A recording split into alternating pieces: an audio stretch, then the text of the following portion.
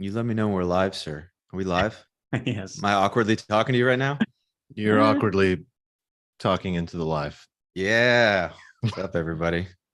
Hello, hello. What's good? What's good? We live? Oh, Good I morning. hear myself. Yeah, I had to close the YouTube tab, like pops up, and then all of a sudden I hear us talking, but 5 seconds ago. Good morning.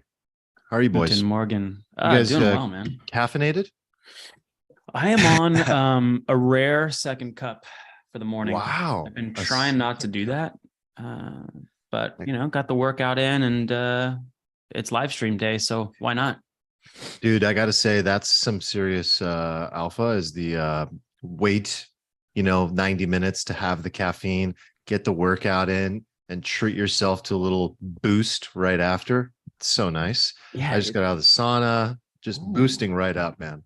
Wow. How are your sleep levels these days? Did you I get a little slept recovery? terribly last night. One of the worst Two nights nights I've in a had row. since the birth. I barely slept last night. Yeah. Okay. We had a rough one, but you guys should still pick one up. Yeah. Pick up a little. Still get one. Still get Still a add baby. to cart. Seriously, I sent you guys a picture yesterday because I was like just exploding with like, oh my god, this is so fun. You did send us some very cute pictures. But let's talk money. So Nick, yesterday, actually all of us were here, right? In the office. And the market's in an interesting situation. We have a friend, Carne Asada Chris, just walks into the office common area, living room space, plops himself down on the sofa, grabs a really nice Japanese whiskey, pours a nice oh, that one was good. nice What was that? pouring. Nika Yeah, coffee. Nika coffee whiskey. Yeah. That's And a good one. says, I just bought 100 ETH. It's like he backed it out. It's actually 125 ETH. So we were just randomly talking about the markets and the open thing. He hears it, goes back to his computer, comes back. He just YOLO'd 200K. Well, I think he sort of had this aha moment where he was like realized he had no exposure and he was sitting here just assuming that there would be a bottom and then he's just going to buy the bottom. And I'm just like, what if it's not that easy, man? What if the bottom's already in? And he goes, huh. Kind of walks in the other room and just market buys. I think he like bottom ticked it. I think he bought it like 1634 or something. What did we bottom at yesterday? He nailed it. I mean, he nailed the bottom within like $3. So good job. I mean, the bottom, quote unquote. Yeah. For the last 12 hours. Looking good right now, though. It's been an awesome week to be a crypto enjoyer. Mm-hmm. It's been awesome to watch, like just a nice little fun pump together, and some coins I never heard of, some coins I've heard of like 4 years ago pump. But it's also been like a little weird. Throughout the week, like bond yields have gone up, right? Like pretty drastically, like, I don't know, 8 to 12%, depending on which one you're looking at. So like the 10-year yield got up to 3.9. I think the 2-year got close to something like 4.8. So, you have these like risk-free yields going up, and stocks were kind of like, I don't know, range bound, not really moving much. And then crypto just ignoring everything and just kind of taking it for a rip, which is kind of fun to watch. Yeah, good times. But is it a little confusing for you? Because it's a little confusing to me when you see like bond yields don't really move that drastically, but they move pretty drastically over the week, and usually that's not a good thing for risk assets. So, yeah, just curious what your guys' thoughts were, like if that at all plays into what you've been thinking. I mean, you say usually, but do you mean like in the last year? Well, yeah. I mean, obviously the last year over the year, but like even within a week, though, I mean, all we saw was maybe the market coming to grips that the Fed is going to hike a few more than they were pricing in and maybe keep it flat. But yeah, usually that doesn't do good things for stonks and in crypto. Yeah, I mean, we're obviously in a decoupling phase this year. I know that word gets thrown around a lot, but it might be transitory decoupling. Can we invent that? I like Yeah, that. you can have it.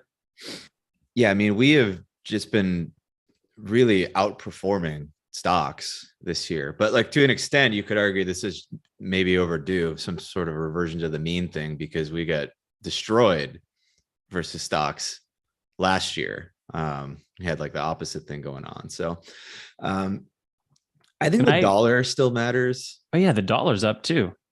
Yeah, well, the dollar is currently, like, as we record this, the dollar is currently actually selling off. I think that the dollar chart's kind of interesting right now. Is that up on the screen? It is. It has been. Yes. Yeah, Good we job. we were like 16, we were sub 1670 on ETH when we started, prepping for this, and then we ripped up above 17, and that really coincided with this move down in the dollar here. So it seems like the dollar is still somewhat relevant, although it's been interesting that over the last couple of weeks the dollar has ripped pretty hard, and stocks have kind of cared a little bit, and crypto hasn't cared at all. I actually just went long, even longer. I longer-ed the dollar. I've already been long since down at like 101.5 or so. I think the reason we sold off on the dollar is we sort of bonked into this 200-day, I suspect, is what happened. And I feel like these are sort of automatic reaction areas. Sometimes people trade these levels. What is the 200? This yellow line here is the 200-day moving average. I think just say it out loud though. I can't even. Oh, see you're it right. well. People aren't watching this. Yeah, not everyone. First of all, everybody should be watching this. At least watch the replay on YouTube so you can get all the nice visuals. But yeah, for 200 the days, audio junkies, gives the audio junkies what they need. 200 days about 104.7 right now. So we bonked off of that. We're trading at about 103.9 as we record this. I think this is an interesting spot for a trade. You see this, what color is this line? Is this blue? Would you say this line is blue up here? I don't even see blue there, man. Like it's a dark gray. What is dark gray or a light gray? I'm so colorblind. Anyway, I mean, I feel colorblind looking at that, so don't worry. Okay, cool. Yeah. This light gray line is a really interesting level. This is actually last decade's high in the dollar. This was at about 103.86 or so. You can see that was a reaction level kind of last year, and we started ticking up. We lost it, and then kind of once we traded through it and recovered it, we really went to the moon, right? And you could see into this year, it was kind of acting as support, had a breakdown below it, right? This move here could be kind of nasty to me. This kind of breakdown below that level, and then if we recover this, because this looks like a just absolutely, gigantic, maybe like deviation below that level. So if we kind of recover that 1038 level there, I don't know, that could be set up for like a really nasty reversal. And I think if that happens, then we are, we're probably effed for the time being. But I took a long here. I think it's like an interesting way to hedge my crypto portfolio. I basically long the dollar by shorting the euro. I got like an entry or like 103.9 or so. I got an entry. Do you know off the top of your head what percentage the euro basket is in the basket against the dollar? I want to say it's like 65%. Yeah, it's the majority of the measurement. It's a lot. And I feel like Japan's currencies actually get some things going for it now. So it might be some benefit to just isolating it to the euro. Not going to go out here and claim to you that I'm some sort of a FX savant. I'm just trading some lines. But yeah, I really like this as a trade to at least target the previous high we had around 105.63 or so. So I've got that trade on while I'm simultaneously, balls deep in crypto. But that's just like an interesting thing to watch. Also, you can see that stocks have been really shit. Pardon all the lines everywhere, but this is not this is like brain damage chop we've had here for the last couple of weeks, and these are some big levels that we failed to kind of break through and sold off into around 4110, 4189. So I don't know, it's a weird environment right now. Like if I just showed you a chart of stock market, bond yields, and the dollar, you would think that crypto Crypto's is down. absolutely going to Hades. But it's not. I So I kind have of a a weird time to few be alive. data points. I was like curious. I was laying in bed last night and I was just trying to like figure this out. Just in terms of the correlation. So over the last 4 years or so, or actually, no, take that back. Going back to 2017, Bitcoin and NASDAQ have like a 0.65 positive correlation. And just as like a benchmark, like ETH and Bitcoin over that same time period had like a 0.76. So, fairly highly correlated. And then you like truncate that down to the last 3 months or so, and it's 0.25. And you truncate that down to the last 2 weeks and it's negative 0.07. So, who knows if it's transitory or not, but in the last, it's becoming increasingly less correlated over the last couple of weeks. And I don't know, I find it fascinating because I don't really know why that happens. Maybe it's that like, China's just pumping a bunch of liquidity and China's pumping, crypto, and it has a bigger impact on crypto than it is on, say, the US stock market. I don't know. Do you guys have any thoughts on like why that correlation is like flipped and trending pretty hard downwards over the last, I don't know, couple months or so? Yeah, I mean, we've talked about this a little bit. I just think crypto got insanely oversold coming into last year. I mean, FTX in retrospect looks like quite the capitulation moment. And it's funny to reflect back and think that like, well, I don't know, was that the capitulation moment? I thought the summer was capitulation, and then worse things happened, and then worse things happened, and then now it seems kind of obvious in retrospect, but we were scared at the time about Genesis and what other shoes there may have been to drop. So hard to beat ourselves up too much over it. But yeah, it was like this kind of really nasty 1-2 punch of that capitulation, some year end, like tax harvesting flows, all this stuff just kind of worked against us. And that now that's gone completely in reverse. I also think that crypto doesn't care about recessions to the same extent that stocks do, because Never had there's, one before. well, yes, I'm pontificating here for sure. Right. But my logic is that there aren't any earnings attached to crypto, right? And I think it's mostly a liquidity trade. And then you have stuff like Ethereum that has kind of like its own fundamentals attached to it right now. Like we're just torching ETH right now with all the activity happening with the Blur airdrop and, a little NFT season happening. This stuff is Beautiful. upward pressure on the price. And we did torch a lot of ETH since the merge, and it's basically hasn't had any time to shine because it's just been basically down only hell since the merge. So you may be seeing like some of these supply shock dynamics start to actually rear their head. And I suspect the market is not stupid. I think the market is starting to price in Shanghai, right? And I think the big thing about the Shanghai fork, which hopefully is coming in the next couple of months, is that you're going to de-risk staking for a lot of people. The idea being that people will feel safer staking now because they can actually withdraw their staked ETH. As a result, a lot more people stake, which means a lot more ETH is taken off the market, which means the supply shock kind of grows, and maybe we're sort of front running that a bit. So the dynamics of crypto, other than the possibility of macro recession, right, are really good. And I do think that is a headwind, but I think that the setup here is better for crypto than it is for stocks. And I've believed that for a few months now. I don't own any stocks. I just only own crypto and treasuries. So basically. is the assumption you're making there that like if we did go into recession, let's say like last quarter of this year or maybe sometime next year, that there would still, like, liquidity would still be flat or potentially even going up? Is that the assumption you're making?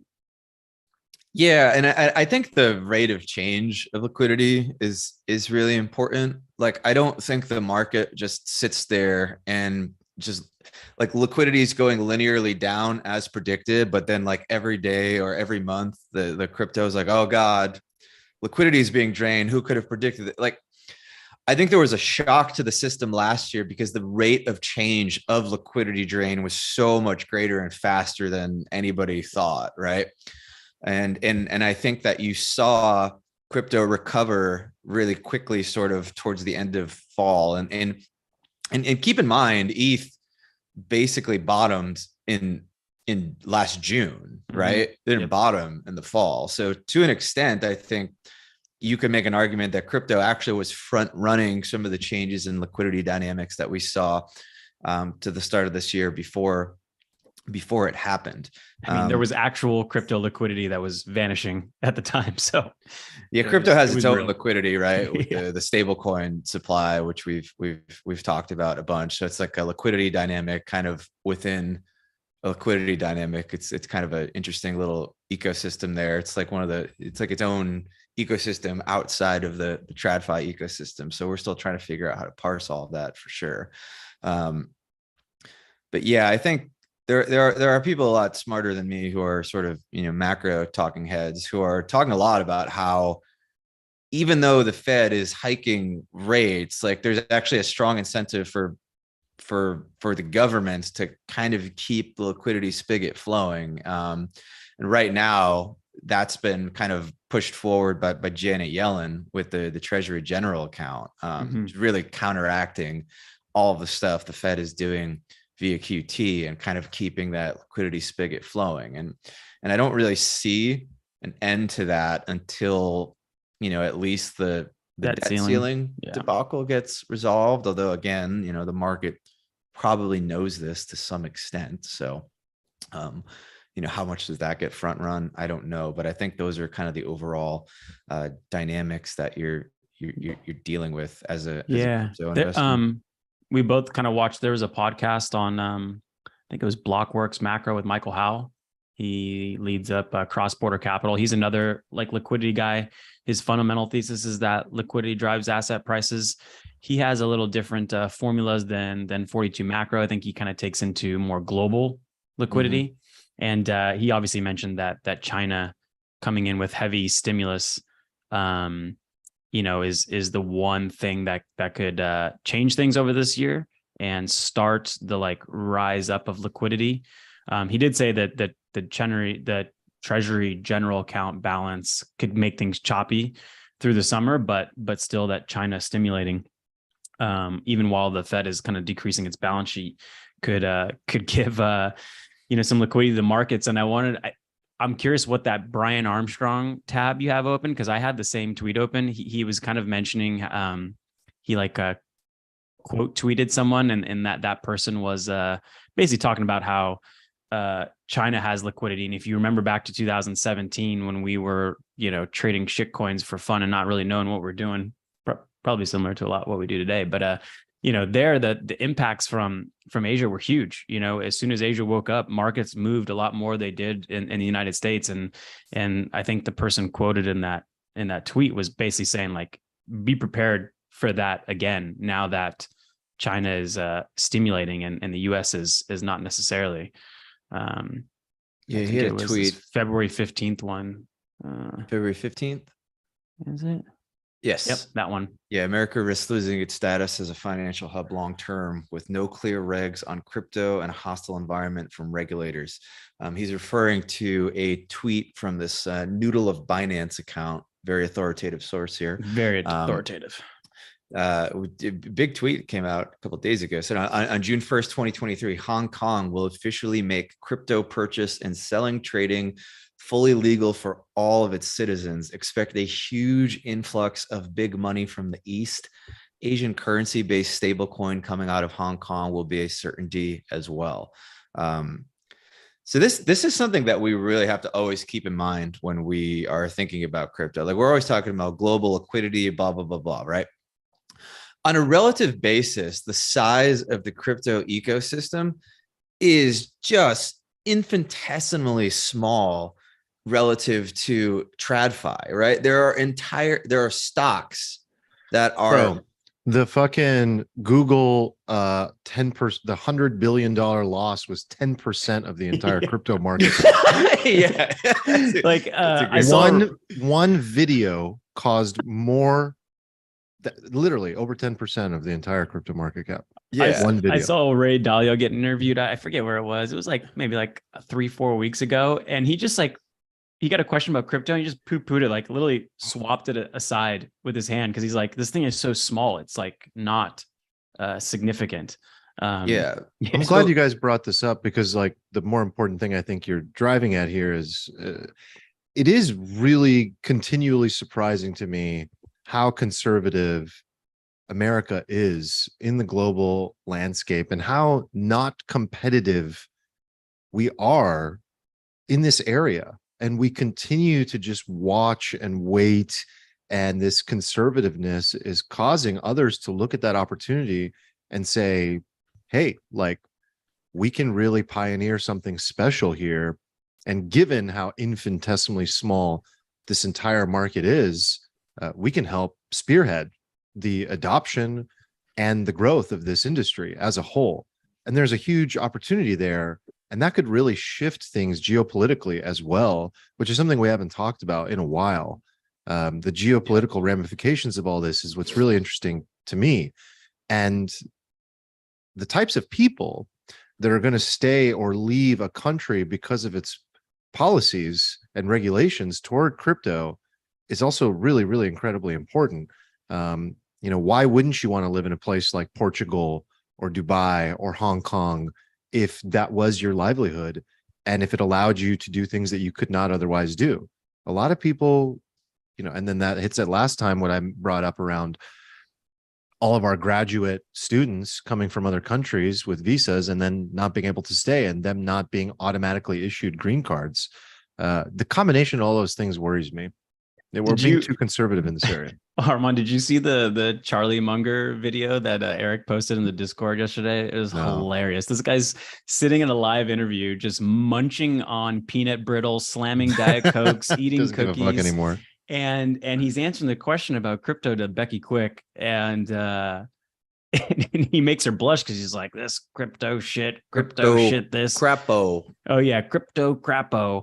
And oh my God. Yeah, anyway. But then he literally said crypto shit live on there multiple times. Multiple wow. times. He's laughing. Yeah. That's like that 90 plus don't care energy, right? I thought it was funny, but I also thought he got kind of owned, right? Like he got asked a question, like his own. I'm going to butcher the quote, but it was a quote from a speech he gave, and he said, "I don't hold any. I'm not qualified to hold an opinion on something if I can't make an argument for the other side better than they can." And she's like, "Could you make the argument for crypto?" And he's like, "There is no argument. It's fucking stupid," basically. And then, but I thought that was kind of a cell phone, even though it was also funny. It was very funny, but like, yeah, to back him up a bit, I didn't realize the guy is now 99 years old. Dude, this guy's got DNA strands made of steel. Like he's like literally just gobbling still sugar. Doing interviews at 99 years old. He's working. The man is working. Oh, dude, these like silent generation motherfuckers are just built differently. Like unbelievable. They must just look at the youth today and just. We're complaining they probably about our don't care score because they're just so like. But they must just be like these fragile, pathetic little. Totally. I mean, I already say that about Gen Z. So you're gonna or Gen Alpha. You have been a great silent generation guy, Armand. Oh, I feel like you're in the wrong decade for sure. Your soul is there though. Your soul is there for sure. Oh, before I forget though, like I think the big takeaway from this Hong Kong tweet, right, is to keep in mind the fact that because crypto is so tiny, that changes to the relative flows of liquidity within the crypto ecosystem can easily overpower stuff that's happening in TradFi. Because like if you pour $100 billion into $1 trillion ecosystem, right? That's peanuts in the normal world. But that would be like a huge boon to activity, liquidity, whatever you want to call it, within crypto. So the prospect of that sweet Asian money coming in and just, buying up all the coins like Steven, that. can you cue the Filecoin chart, please? Oh, Filecoin. This is like a great example of like what you're talking. What a missed about. opportunity This is so by stupid. me here. I was talking to you guys about how I started scaling in on my positions because I felt like YOLOing wasn't really like a good idea. So I was planning on building probably a $30,000 or $40,000 position on this, and I nibbled like 2 or 3 grand at like $5, and I was like, I'm gonna just scale in on like and it just went straight up, and I checked, and I was up like 45% on the position today. But this is a good example. I only put like 10% of the size in, or 5% of the size. Apparently is there an Asian tie-in to this? Yeah. So that same profile was basically like sharing some Telegram chats that like a lot of people in Hong Kong are talking about this. I don't think there's anything fundamental that's changing about the project. It certainly pumped because of it. So it's just a good example of Hong Kong, Asia money coming in and really just setting up crypto on fire. And then now you have like, I think I saw a tweet at Hal Press right before we started, like, what coins are most associated with China? Very, very curious now on what else could get pumped by the It's a great example of why learning how to draw lines on charts is useful. I mean, look at how clean this was, right? You basically,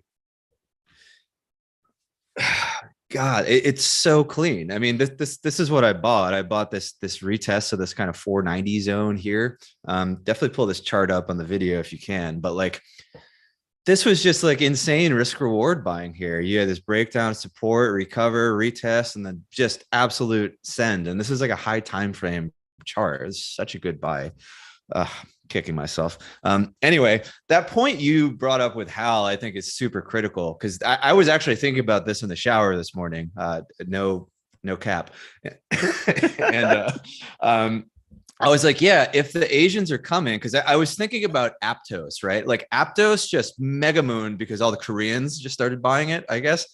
Mm-hmm. And then I was like, I don't know what the Asians like. The Asians probably don't like any of the dumb coins I like. There's probably all these coins we don't know. There's a whole new meta that we have to adjust to of crypto. Like there may be all these projects that are just super obvious that people like in Asia, and we don't buy them, and we buy all the wrong stuff, and all the Asian coins moon, and then we're just like on the outside looking in, just weeping at all of the money we miss. So we need to figure out how to do that. If there's anybody in the Discord who's like Korean or something, I mean, what's Justin's son got his bags in?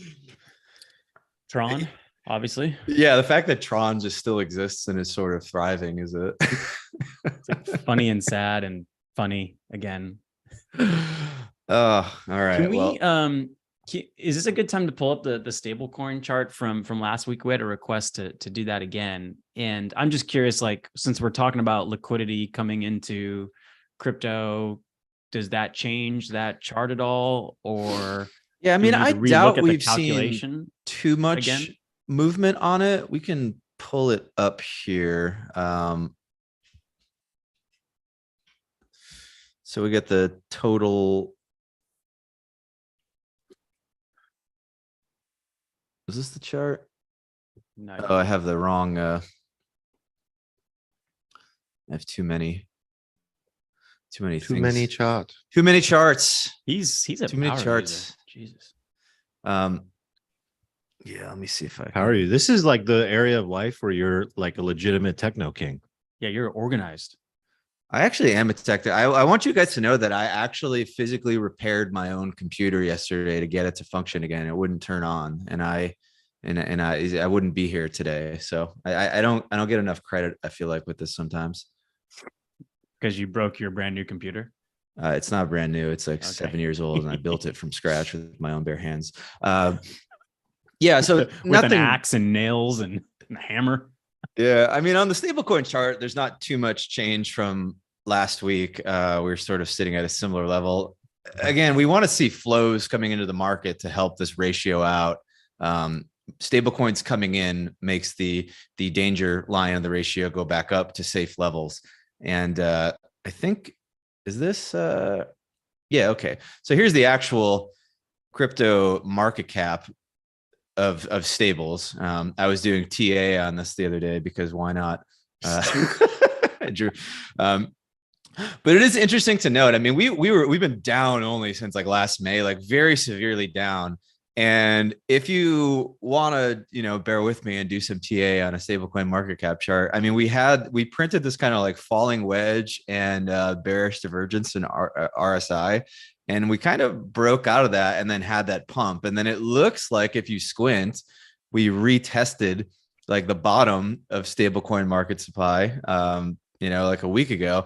And actually, we have seen like a pretty big influx in the last like 3 days. Is a 3-day candle here. So this looks kind of good to me. Like if you want to say like this is like a leading indicator for crypto, and we've bottomed in stablecoin and maybe we're ticking up right now, then you can kind of get in advance of those flows, think those flows are going to pour into coins.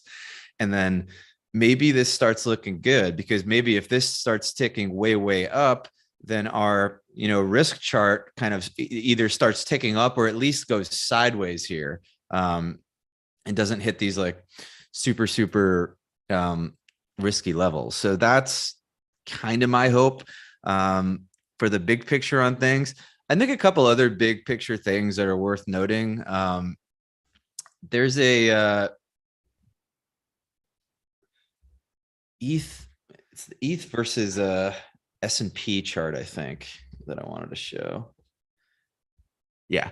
So this chart is really interesting to me. This is a chart of the ratio of Ethereum versus the S&P 500. This is like a pretty sick technical breakout, in my opinion. Like if we're able to hold this, there aren't really numbers on this particular chart because it's just a ratio. So you're going to have to check out the video there. But if we can kind of break above this line and hold, I mean, it's just blue skies. It's just blue skies all the way up, up to that level we broke down from last April. I mean, I see a lot of reason to be bullish, at least on a relative basis here. And that's why I think that even if stocks go sideways or like slightly down all year, it's not necessarily like an automatically bad thing for crypto. And as far as like ETH goes, I mean, it's worth noting that like when we did this episode last week, we were here at around 1500, basically. Like we were at the bottom of that range and kind of breaking down, and people were very, very, very scared at that point. And I actually drew this little plan up on the stream, like, right. I was like, if we kind of break down below this level and then kind of reclaim, that's going to be a big like go signal for me. And I scaled into a lot of calls there. And that ended up being like a really, really nice trade. I think now we're in a very somewhat dangerous area in the midterm. We're still in this like range between like kind of 1713, 1507 is kind of like the effective range as I see it. And we've got a mid range here around like 1608 that you can kind of see has been like a nice pivot point for price that we've kind of, vacillated up and down around. We really want to hold above this kind of 1682 magic gray box level, because if we can kind of hold above here, I think we can kind of consolidate, push back to new all-time highs. I think if we break down from here, you're hoping that we kind of find some support in the mid-range and in this like kind of supply zone here between 1609 and 1643. I think that's actually like a good place to maybe look to add if you feel like you missed out. If we lose that, I don't know. I'm not feeling great, but I hedged out a little bit of my options trade here in the box, and I'm waiting to see a little bit of confirmation on price up here to see if we can kind of go higher. But it is my hope that we eventually kind of come up here around like 2000 and like take out these kind of equal highs to the top of this range we had here back in May. I've been thinking for a while we could basically be setting up a big accumulation range between 2000 and call it like 11 or 1200 or so. Like this is kind of like the bear case. I think if TradFi goes really, really badly and we end up kind of going back down, maybe we don't see a bull run until next year. So kind of the midterm game plan. A lot of this game plan, I think, is revolving around stuff that we should actually talk about, because a lot of it has to do with what's going to happen by the end of March or so. Yeah. And our boy Jem Croissant, the croissant, who's become very popular, by the way. Yeah, like he mentioned his latest video that Goldman Sachs had picked up on his kind of like, he calls it a window of weakness between basically today, which is the February options expiration, and the end of March, which is the near the March expiration. And this is, if you go back to 2020, this is the zone at which we kind of, the stock market capitulated like 30% in a 30-day period or something crazy. So he has talked about this for 4 months. And so, big firms have picked it up. He even joked that like ChatGPT had picked it up and is forecasting a crash of the stock market. So yeah, he's certainly gotten more popular. The question is, if this idea has gotten more popular, is it less likely to happen? Yeah. I mean, it's kind of interesting, like how fast he rose to prominence. I mean, tip of the hat to Rizzy in our Discord. I think he introduced him to me like early last year, and he was still talking in these cryptic emojis at the time, and I couldn't like understand a damn thing he was tweeting. And he's talking about Vanna and Charm, and I had no idea what any of that was at the time. But like, he seemed smart, and a lot of people who I thought were smart thought he was really smart. So I tried to follow him and learn a little bit about options flows and how they affect the market. And yeah, we talked about this on the pod in November, actually, this idea that we could have like a huge rally to start the year and then run into this kind of Feb 15 OPEX date, sandwich next to inflation. And that could be like a point in time where the market kind of dips and maybe just goes down for good again. But in that gap, like, he's risen to this like meteoric fame, right? Where he's doing these shows on what is it, TD Ameritrade? They have the show, and everybody's talking about him now. And there's this thing in markets, right, where once everybody is focused on the thing, it doesn't happen anymore. And that's what he was talking about in his last interview. It was the first time I heard him talk about the idea that everybody is talking about his stuff now and maybe thinking that it might not work. Did you watch that whole interview? Yeah, I did. I mean, he basically said like it's certainly not guaranteed, but if you look at the price of the S&P 500 now, it's around that 40-50 level. That's where some heavy people like Carl Icahn have some big boy puts, and if the market goes below that level, the dealers have to bet alongside him. And that could cause like this, like, I think he used the term like gamma puke, but yeah, so he basically said, what we should look for is basically from now till the end of February. If we go down, then it could possibly happen, but if we don't, then you could see the party continue, and that it doesn't necessarily have to happen. And this next 2 weeks is kind of or next 10 days or so is his time frame that he's looking at, to see if this will actually play out or not. Yeah. For people who don't understand why any of this matters, and I'm going to talk at a very high level, right? When a lot of people buy puts, right, they are betting the market's going to go down. And the dealers who are selling the puts, they don't want to be directionally biased. They want to be delta neutral, right? So if you sell $1 billion of puts to Carl Icahn, you have to go into the market and short stocks, right? So that if it moves against you, you can remain delta neutral. You have this phenomenon of like vol decay that happens where as you approach like these critical dates, the amount of delta that you have to be exposed to decreases, right? So as a dealer, if you needed to be short 1 million contracts 2 weeks before, maybe a week before you need to be short 500,000 contracts, maybe, and then maybe after that, goes to zero. So that process of dealers adjusting their positioning means that they're actually like buying, right, as those dates approach, which causes this like supportive flow to the markets, right? Which is why like sometimes after these like inflation dates where everybody's betting on puts and hedging, when that vol doesn't materialize and everybody has to buy back all their positions, it creates this lift in the markets. And that's what we're kind of watching right now. We're watching to see what happens to the markets now that supportive lift isn't there anymore. And what he said in this interview is that we sort of have this critical 1 to 2 week period starting now, where if that downside move actually doesn't materialize, we're going to start moving to the end of the month, and these flows are actually going to start coming up again.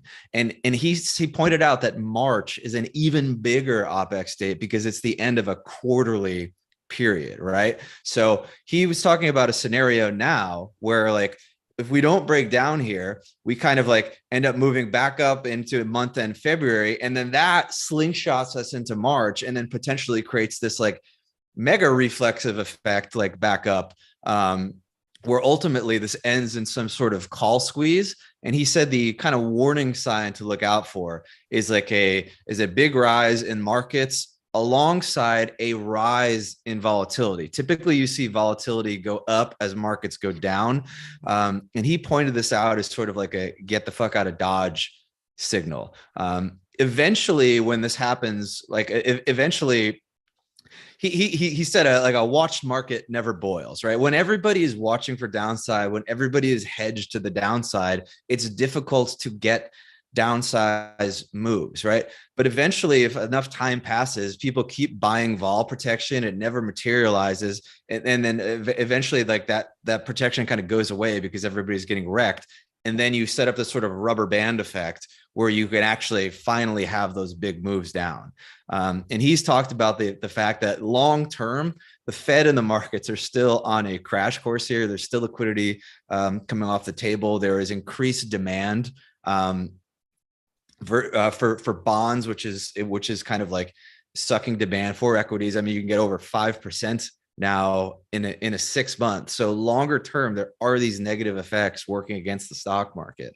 But in the meantime, we have these weird dynamics where we could, and I think we could get like 4,300 on the S&P. That would be like a really sick move for me. We can get a nice move up in crypto there. And if we get that like by end of March, right before like tax day, it seems like April, May is always just terrible for crypto. You always want to, I just feel like every year I'm always like, why didn't I sell in May? We got wrecked in May last year. We got wrecked in May the year before that. Sell in May, go away, wait till the summer is over, and then you buy in the fall. It sounds stupid, but it just seems to work. So it's kind of how I'm thinking about it. Just in terms of like a game plan for the next 6 weeks or so. But yeah, mega crunch time right now, seeing what happens with stocks, with the dollar and kind of crypto as a result of that. Yeah. Speaking of the like crash course between the Fed and the market, I saw that Jim Bianco had a tweet this morning. It was pretty good. He kind of like visualized it, and I'm going to see if I can pull it up here and take over your screen sharing power. Please do. So let's see here. Where's my Zoom? I'm going to get lost on all my screens. So let's see here, share screen. Okay. So this is the one we want to share. Here we go. And yeah, he had this chart here. Let me pull it up. So this chart, let me zoom in for everyone here. And this is what we talked about when we started off the episode. But you know, what you're looking at in this dark blue line is basically what the Fed has said that they're going to do. That, you know, they're going to get up to a little over 5% and they're going to hold it all the way throughout the year. And that this green line towards the bottom is, as of just like 2 weeks ago, what the market was pricing in. It was saying, nah, you're only going to get to 4.8%, and then you're going to start cutting towards the end of the year.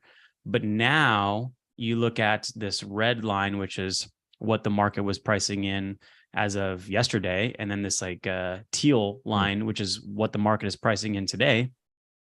And the market is kind of like market's forecast and the Fed's forecast are starting to converge. And maybe this is what Chem's talking about, that over time, this is the crash course that that will happen. The Fed might have to raise a little more than they even expect, and then the market has to come to terms with that. We're not necessarily seeing like a huge sell-off today in the last few days because of it, but I guess it's been 1% yesterday, almost 1% today, so maybe a little bit. But yeah, I don't know. I thought this was a good chart that kind of visualizes that crash course, kind of like maybe happen a little bit happening today, and something that we should, I don't know, keep an eye on over the year. It's interesting to me how much we moved in a relatively short period of time. And you would have thought that would have been a lot more catastrophic for markets. And it hasn't been. There's like a, you know, a popular saying in trading that like you have to notice when the market starts ignoring bad news. It's typically a very bullish sign, whether or not you want it to be, right? And then the other side of the coin is like what we were in like last summer, where there was no news good enough to to pump. It didn't matter, just we dumped on everything. Yeah, and it does seem like there's a little reversal of that right now.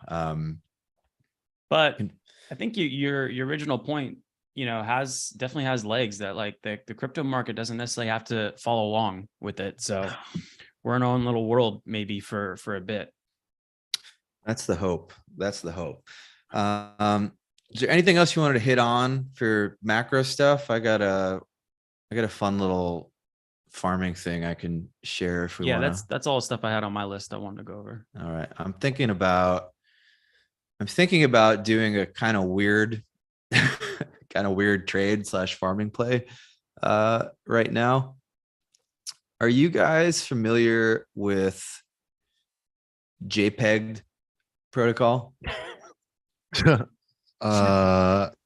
has been around a while, right? It's been around a while. I've actually been following this project since the day it launched. I think it's related to some of the DopeX guys. DopeX, the options platform, on Arbitrum.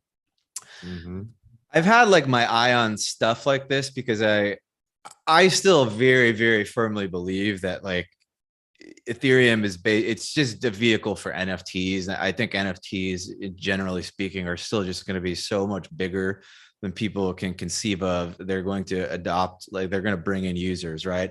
Like a funny example of this is with Bitcoin, right? You guys have seen the ordinals stuff, right? Are you familiar with that? Yep. Yeah, we talked about that. Yeah, Udi posted this chart of Taproot adoption. It's basically like nobody cared about this freaking thing until you could just start imprinting JPEGs on Bitcoin. Give the people what they want. The people want the JPEGs, right? And you're a fool to ignore this data, right? So I think NFT Fi and NFT kind of infrastructure and NFT exchanges, I think all that stuff is going to be like enormous. And I think as more people use NFTs, they want to do financial things with NFTs. Like the financialization of NFTs, I think is like a very interesting thing to invest in. I didn't really have a chance to buy this. It was kind of like a farm and dump token to a degree. I don't like investing in these things as a general rule. It's still like a really small market cap. The basic premise is it's similar to protocols like BendDAO, right, where you can kind of just use your NFT as collateral and borrow against it. Like you can see a lot of it. This seems to be like a very popular one for people with punks. But the thing Show that's me an interesting. example here. I'm just curious what the rates are and what the leverage you can take on this thing. So it's 5%. I believe the base rate is 25%.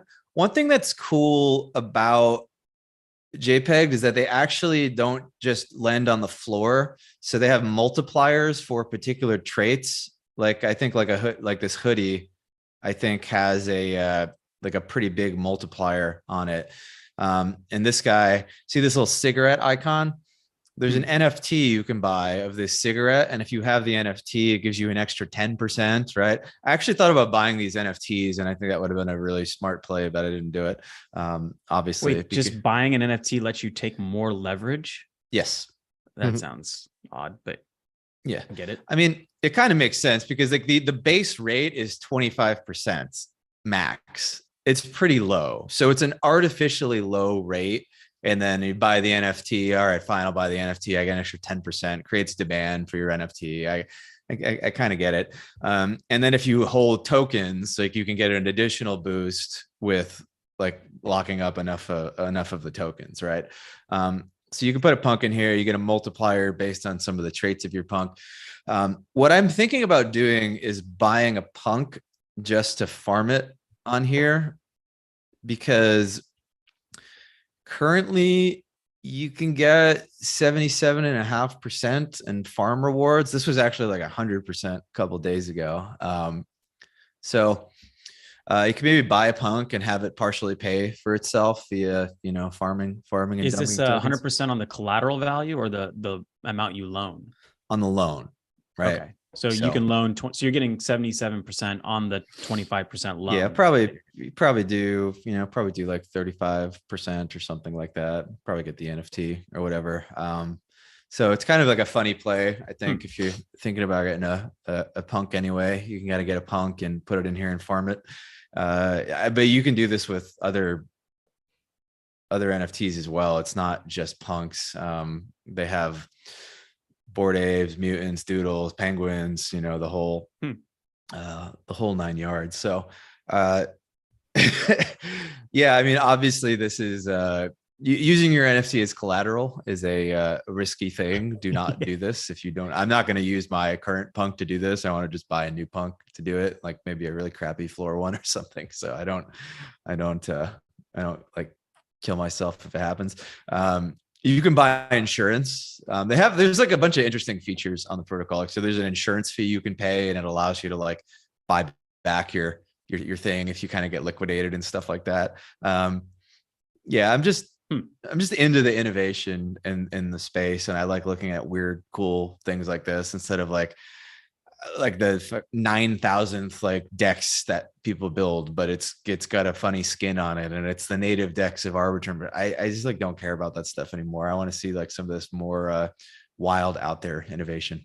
Real quick, Stephen, what are you earning in that 77%? Is it the native token? Yes, mostly. Let's go back. I want to like hover over that tooltip. What? The APY tooltip there. Yeah. So, oh wow. I guess there's a curve and convex APY. Interesting. Okay, so I guess you're getting curve rewards mostly. They must have voted themselves like a bunch of curve rewards or something. Maybe they bought a bunch of convex and did that. Interesting. Yeah. But yeah, that's actually kind of nice for the token. It means 6% farm rewards isn't that bad for a token. So yeah, maybe I have to look back into that. I'm probably going to pull up the chart. It's going to be up like 20x, and I'm going to be very sad.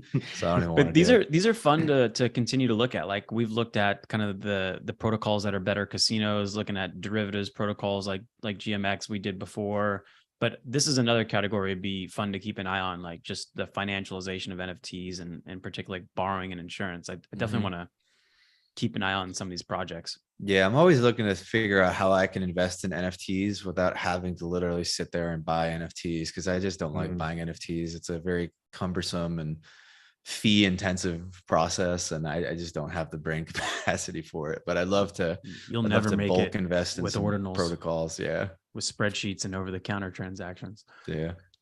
All right. Well, I know you get a hard stop in a couple minutes, so maybe we just The wrap it old there. hard stop. Yeah. Well, we'll circle back, next week. So we'll be here. I have to say, by the way, we have not done a good job of you gotta pat yourselves on the backs with Rocket Pool.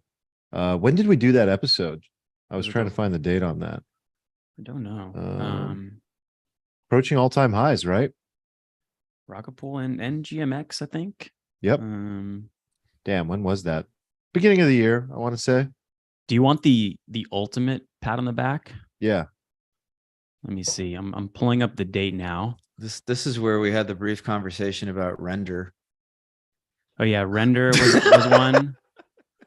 But I'm trying to go back. When it was at 40 cents, it's at went up to 220. Oh, 220. Yeah. We should try to mark our episodes where we go from like generally bull to bear and from bear to bull. But like our first episode that discussed crypto bear markets was January 7th, 2022. It looks like. I think that one's that was a very good marker. That was a good pat on the back. Yeah. But yeah. Maybe. Yeah. Yeah. Rocket Pool's had a pretty good year. We don't always lose you money. Sometimes we yeah, I mean, the goal is to be right 55-60% of the time and manage your risk properly, and you can make a lot of money doing that. Nobody nails everything, like Druckenmiller is not right more than 60% of the time, maybe, if that. Markets are hard. They're not easy. If they were, we'd all be billionaires. Yeah. All right. I like it, boys. Great stuff. Thank you everybody for joining live. If you're on YouTube, we did some deep analysis on our YouTube channel, Leveling Up. We created some playlists for you, kind of like organized our channel a little bit. This was really fun. And more soon. We'll see you guys on the next episode. All right, boys. All right, sounds good. See you next week. Bye. Later, everybody. Bye-bye. Fading music in. Goodbye. Ding, ding, ding, ding, ding.